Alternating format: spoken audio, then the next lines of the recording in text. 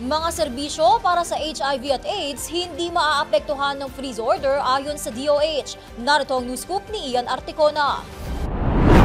Tiniyak ng Department of Health sa publiko na hindi maapektuhan ng freeze order sa foreign assistance ng Estados Unidos ang mga serbisyo para sa paggamot sa HIV at AIDS.